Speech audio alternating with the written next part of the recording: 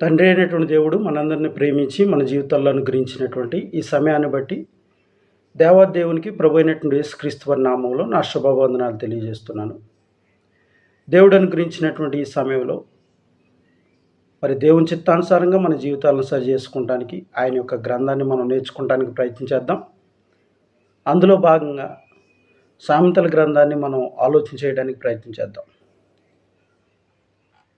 సామెతల గ్రంథం నుండి దేవుని యొక్క జ్ఞానాన్ని మనం ఆలోచన చేయడానికి ప్రయత్నం చేస్తున్నప్పుడు ఇది 31 రోజుల జ్ఞాన ప్రయాణం.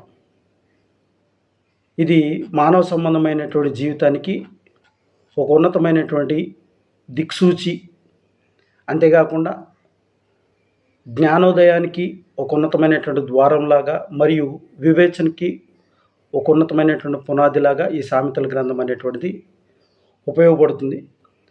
సామెతల గ్రంథం అనేటువంటిది కేవలము కొన్ని నీతి వాక్యాల సమూహారం కాదు. ఇది జీవితాన్ని ఎలా జీవించాలో నేర్పే ఒక లైఫ్ మాన్యువల్ లాంటిది. సో ఈ సామెతల గ్రంథం నుండి ఈ 31 రోజుల ప్రయాణాన్ని మనం కొనసాగిస్తూ మన జీవితానికి దిక్సూచిలా ఉన్నటువంటి దేవుని యొక్క జ్ఞానాన్ని మనం నేర్చుకోవడానికి ప్రయత్నించేద్దాం. అందులో భాగంగా మరి సామెతల గ్రంథము 1వ అధ్యాయాన్ని ఈ దినం ఆలోచన చేయడానికి ప్రయత్నించేద్దాం. ఈ సామెతల గ్రంథం 1వ అధ్యాయాన్ని మనం పరిశీలన చేస్తున్నప్పుడు దీని యొక్క పరిచయము మరియు ఒక ఉద్దేశాన్ని మనం ఆలోచన చేయడానికి ప్రయత్నం చేద్దాం.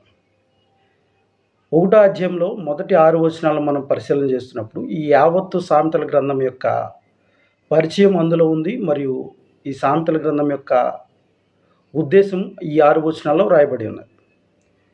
మనం బైబిల్ రెఫరెన్స్ను మనం తీసుకుంటున్నప్పుడు 1వ అధ్యాయం 1వ వచనంలో ఈ విధంగా రాయబడి ఉన్నది. దావీదు కుమారుడు అయినటువంటి ఇశ్రాయేల్ రాజు సొలొమోను రాసినటువంటి సామెతలు.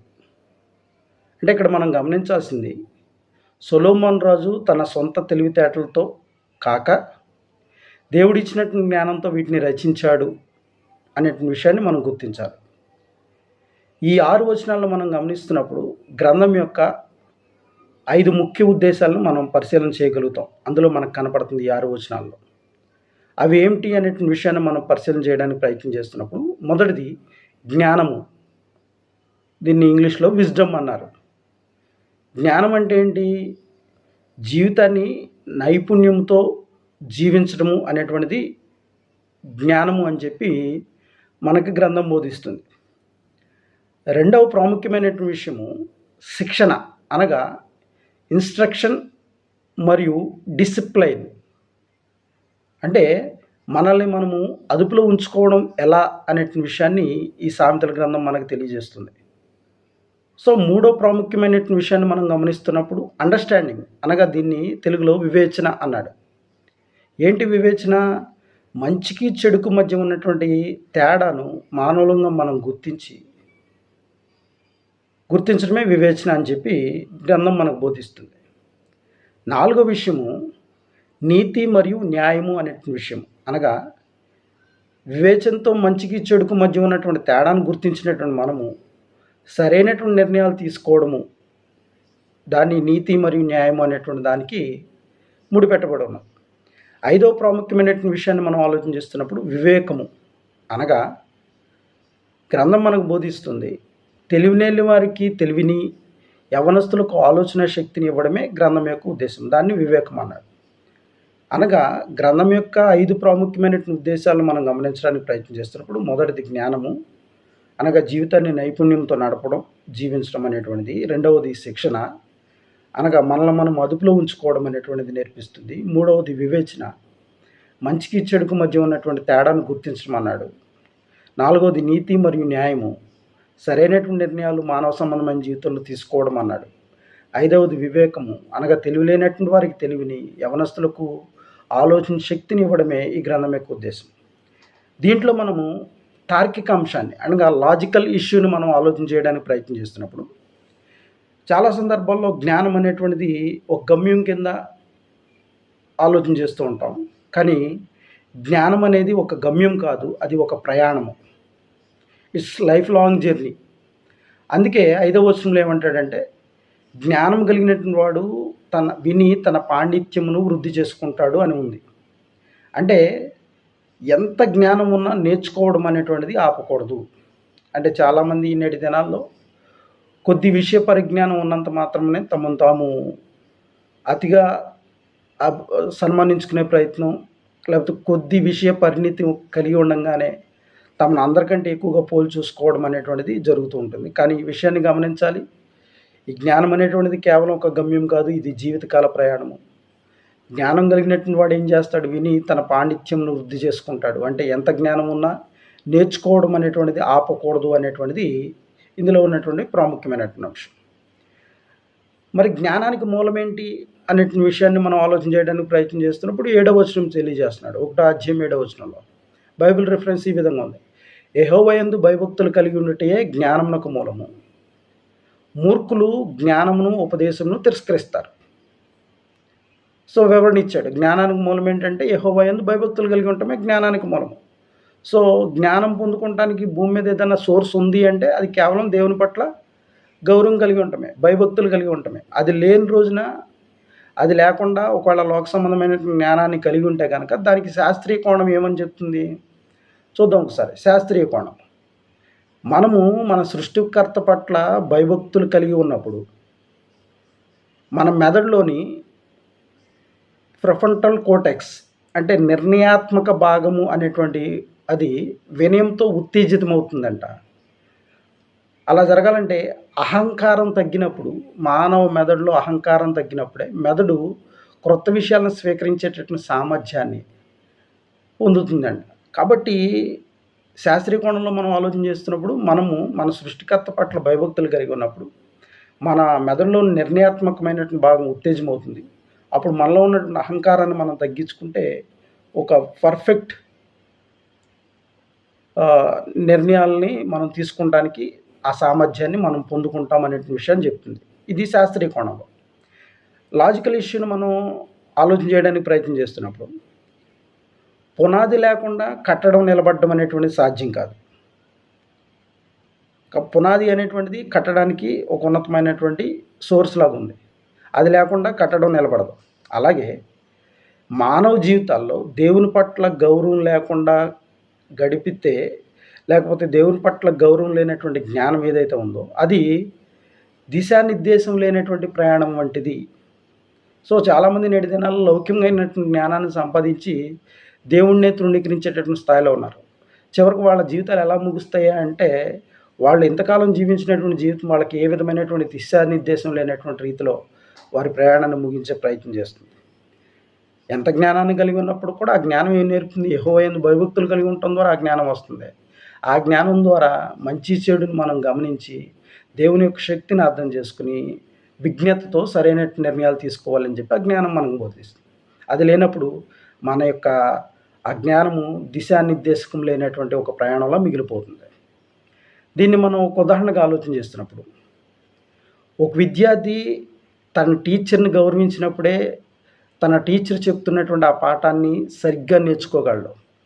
లేదు ఆ విద్యార్థి తన టీచర్ని గౌరవించలేకుండా, ఆ విద్యార్థి ఆ టీచర్ని ప్రేమించలేకుండా, లేకపోతే ఏ విధమైనటువంటి అహంకార దృష్టితో ఆ విద్యార్థి టీచర్ ముందు తన స్థితిని కొనసాగిస్తే కనుక టీచర్ చెప్తున్నటువంటి ఆ పాఠాన్ని సంపూర్ణంగా నేర్చుకోలేడు. దేవుని గౌరవించడమే సృష్టి అనేటువంటి పాఠశాలలో మొదటి పాఠం. సో ఈ భూమి మీద మనం బ్రతుకుతున్నాము అంటే మనం నేర్చుకోవాల్సినటువంటి మొదటి పాఠం ఏంటంటే దేవుణ్ణి గౌరవించడం. అది లేనప్పుడు ఏమైపోతుంది, సృష్టికర్తను ఎరక్కోకుండానే సృష్టాన్ని పూజించేటటువంటి దౌర్భాగ్య స్థితికి మనుషులు వెళ్ళిపోతారు.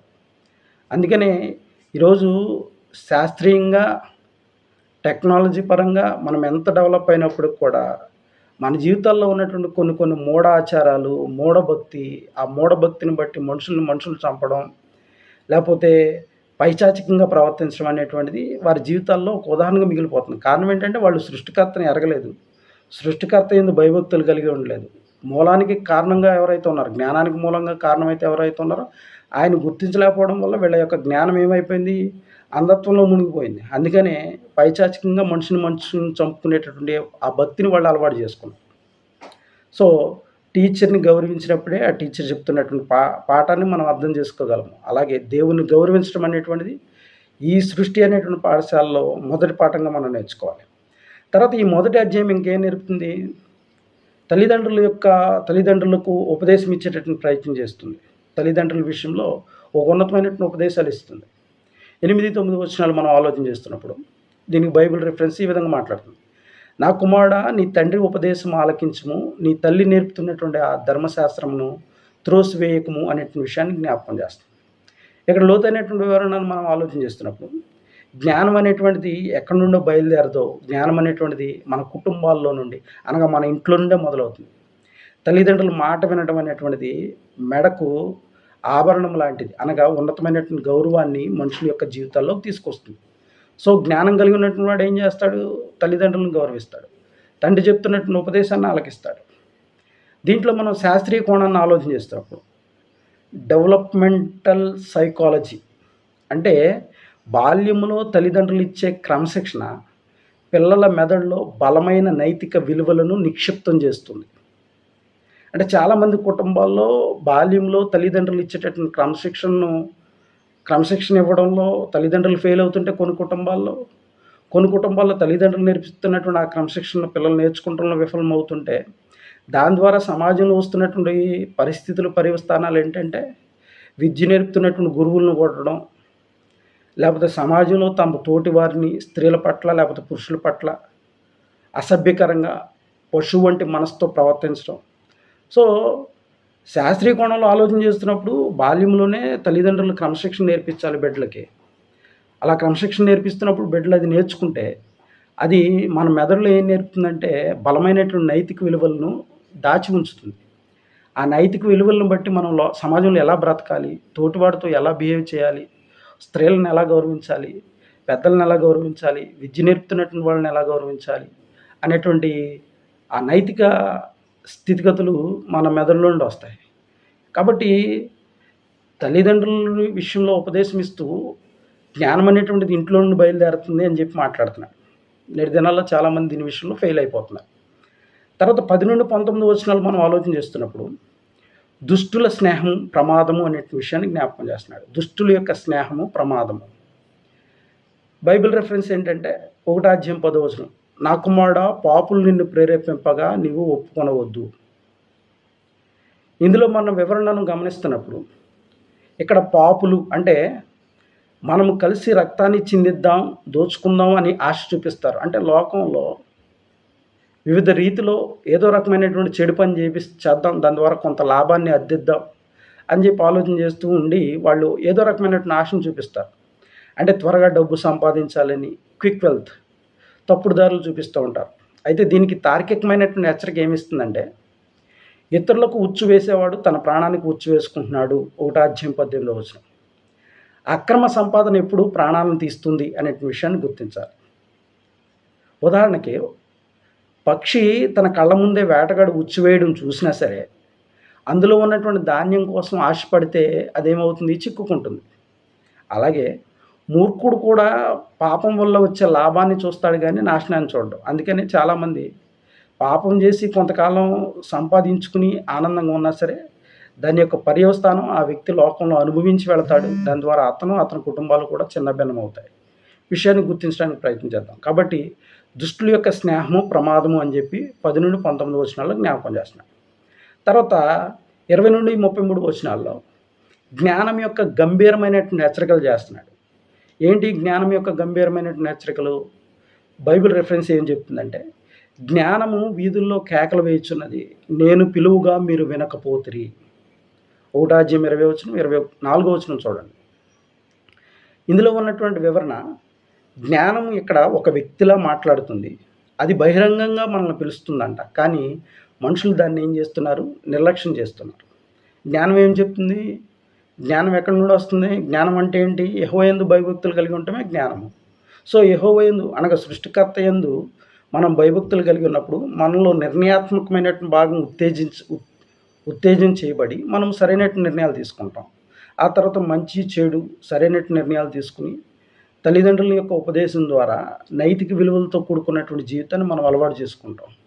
అప్పుడు ఆ జ్ఞానము అలా ఒక వ్యక్తిలా మనం మాట్లాడుతున్నప్పుడు అదేం చేస్తుంది? బహిరంగంగా మనల్ని పిలుస్తుందంట. కానీ చాలామంది మనుషులు దాన్ని నిర్లక్ష్యం చేస్తున్నారు. ఈరోజు నేటి దినాల్లో చాలామంది ఏం చేస్తున్నారు? తండ్రి అయినటువంటి దేవుని మాటలను నిర్లక్ష్యం చేసేటటువంటి ప్రయత్నం చేస్తున్నారు. వాళ్ళకి వాక్యం యొక్క విలువ అర్థం కావట్లేదు. తర్వాత రెండో భాగాన్ని మనం ఆలోచన చేస్తున్నప్పుడు 20-33 వచనాల్లో ఆపత్కాలమున ప్రతిస్పందన. ఒకవేళ మీరు జ్ఞానం పిలిచినప్పుడు, జ్ఞానం ఒక వ్యక్తిలా మిమ్మల్ని పిలిచినప్పుడు దాన్ని మీరు నిర్లక్ష్యం చేస్తే మరి ఆపత్కాలం మీకు జీవితంలోకి వస్తే అప్పుడు జ్ఞానం యొక్క ప్రతిస్పందన ఎలా ఉంటుంది అనే విషయాన్ని జ్ఞాపకం చేస్తున్నాను. 1:26 వచనంలో మీకు ఆపద వచ్చినప్పుడు నేను నవ్వుదును. అంటే ఇక్కడ దేవుడు కఠినమైనటువంటి వాడు అని చెప్పడం కాదు, కానీ జ్ఞానాన్ని నిర్లక్ష్యం చేయడం ద్వారా వచ్చే సహజమైనటువంటి ఫలితం. అంటే ఆయన పిలిచినటువంటి దినాల్లో నువ్వు లోబడక నీ ఇష్టానుసారమైనటువంటి రీతిలో నీ మూర్ఖత్వాన్ని బట్టి మూఢభక్తిని బట్టి బ్రతికావు. సో ఆపద వచ్చినప్పుడు నువ్వు ఏదైతే చేసావో అదే నువ్వు దాని ద్వారా ఫలితం అనుభవిస్తావు అనే విషయాన్ని. అందుకనే కాన్సిక్వెన్సెస్, మనం చేసినటువంటి ప్రతి పని యొక్క కాన్సిక్వెన్సెస్ మనం అనుభవించాలి. అది అనుభవించకూడదనే జ్ఞానం ముందుగా ఈ మార్గంలో వెళ్ళు, ఎలా బ్రతుకు అని చెప్పి మనల్ని హెచ్చరించే ప్రయత్నం చేసింది, మనల్ని పిలిచింది. కానీ అప్పుడు మనం లోబడలా. సో డెఫినెట్లీ మనం ఖచ్చితంగా మనం చేసినటువంటి పనుల యొక్క ఫలితాలను మనం అనుభవించాలి.